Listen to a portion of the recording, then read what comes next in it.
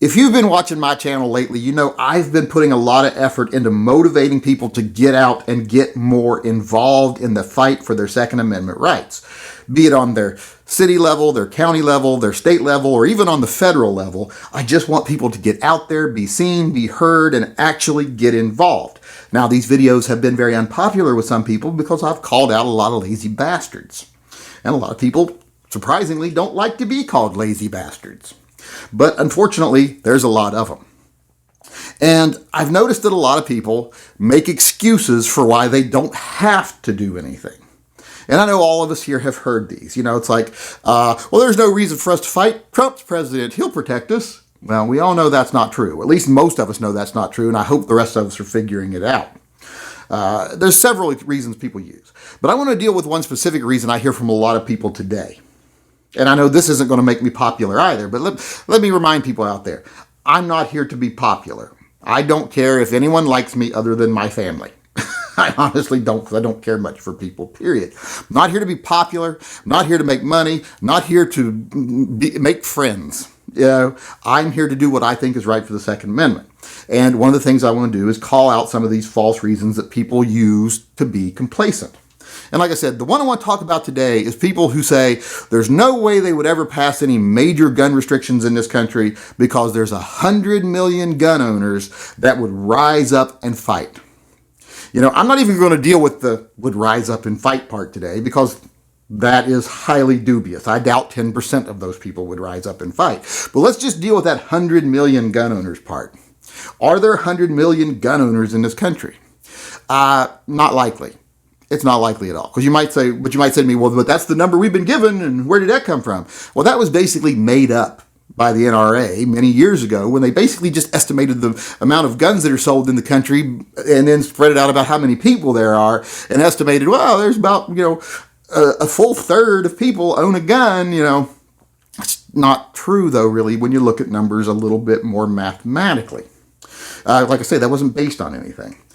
If you look at the major studies like the census, Pew Research information, and other data, in this country, there's 327 million people. 327 million people. That's a lot of people. And you could say to yourself, well, I could easily see where a third of the people would own a gun, and that would put us around 100 million people, maybe a little more. But out of that 327 million people, not everyone is eligible to own a gun. There are about 15 million of those people that aren't eligible to own a gun, be it because they're felons, because of their immigration status, legal status, etc. They're just not eligible. It's about 15 million people. It's actually a little more. I'm rounding down to 15 million. So that right off the bat takes us down to what? 312 million people. But then you have to think too, are all those people eligible to own guns? They're not. Because out of those 312 million people, the number of people that are either underage or invalid, either in a nursing home or been declared adjudicated by the state, that number of people right there, that's a high number. It's like 127 million people because there's a lot of people under the age in this country. Most of those people are underage. It's about 27% of the population is underage. And then there's like another 12% that's, either over the age of 80 or have been declared invalid, etc. So they kind of got to come out of the mix. That's 127 million people out of the mix already. So that takes us down. That takes us down to about 185 million people in this country that are eligible to actually own a gun. 185 million. So then you have to be like, wow, now it's got to be more than half the people that are eligible to own a gun that own a gun. Well, that's not even true in the best case scenarios. When you look at the percentages of people that actually report on the census or report through Pew Research, etc., that they own a gun, doesn't come close to those numbers. Even when they add in, we figure a certain percentage of people probably don't want to say anything, it still doesn't come out anywhere near 55% of the people. In fact, once you take that 185 million people, you got to break it down into how many men and how many women there are. And there's about 91 million men and 94 million women. So you also have to look at how many of those men are likely to own a gun, how many of the women are likely to own a gun.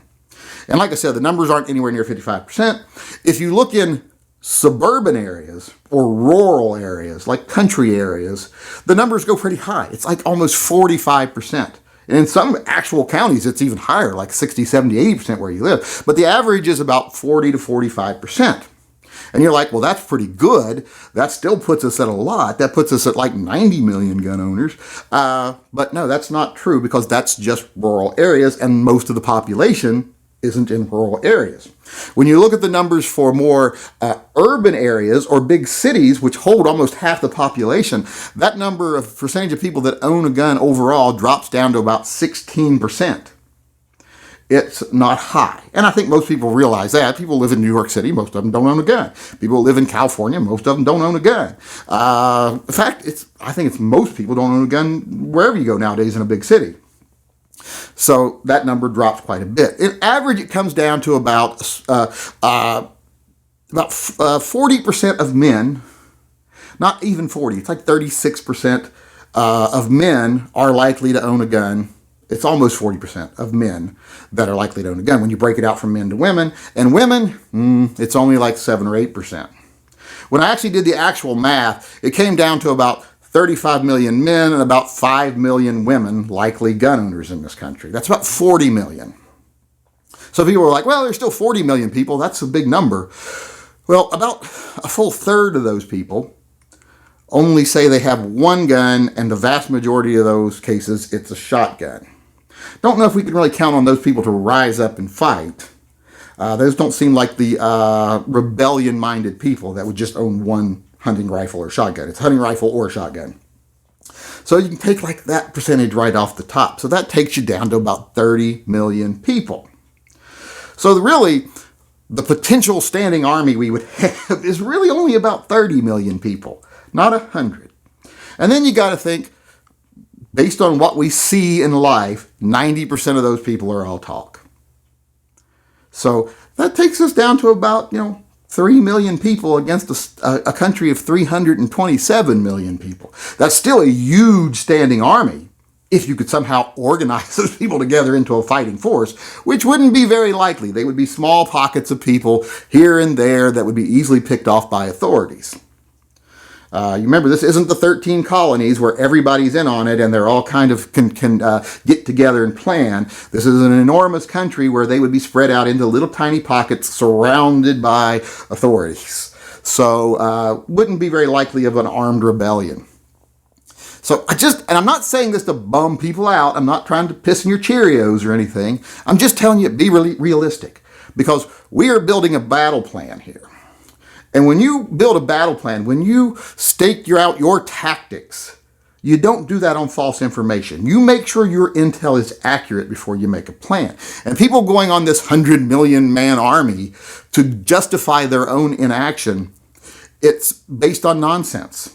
And it doesn't make sense anyway why you would be inactive now and wait for it to come to conflict when you could avoid conflict. An ounce of prevention is worth a pound of cure, and that's true today as it was the first time someone said it. So stop making excuses. And like I said, I'm not trying to make anybody upset here by the actual numbers, because that's still a huge number. That's, 10% of the population.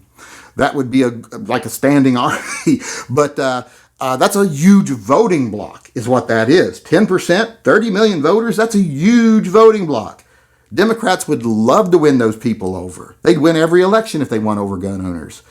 Republicans would hate to lose those people. They'd lose every election if they lost those gun owners.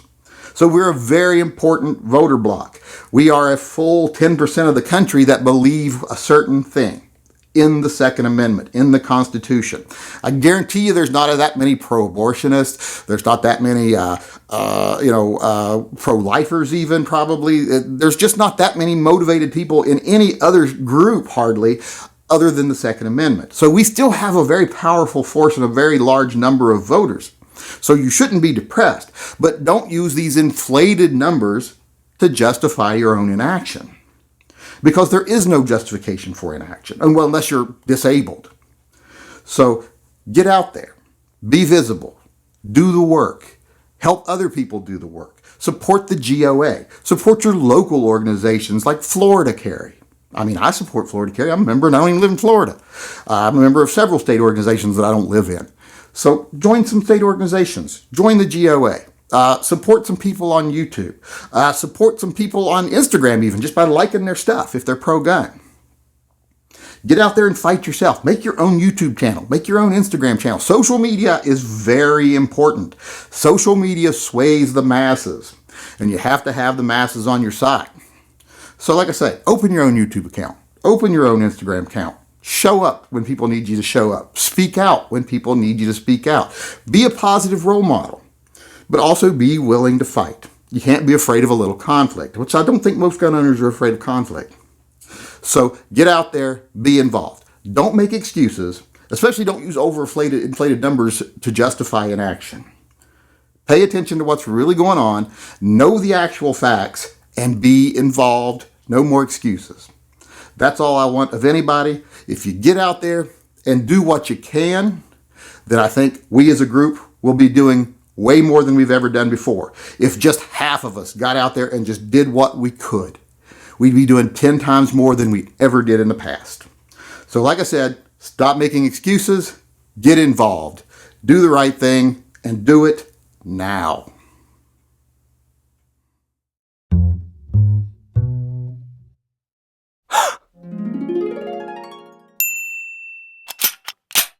Oops. Go ahead. It's a lady at 46 South Road. 46 South Road. Station one call, three-tone that please. 10-4. Captain 4 to go to that location also. This is 1-9, is that correct?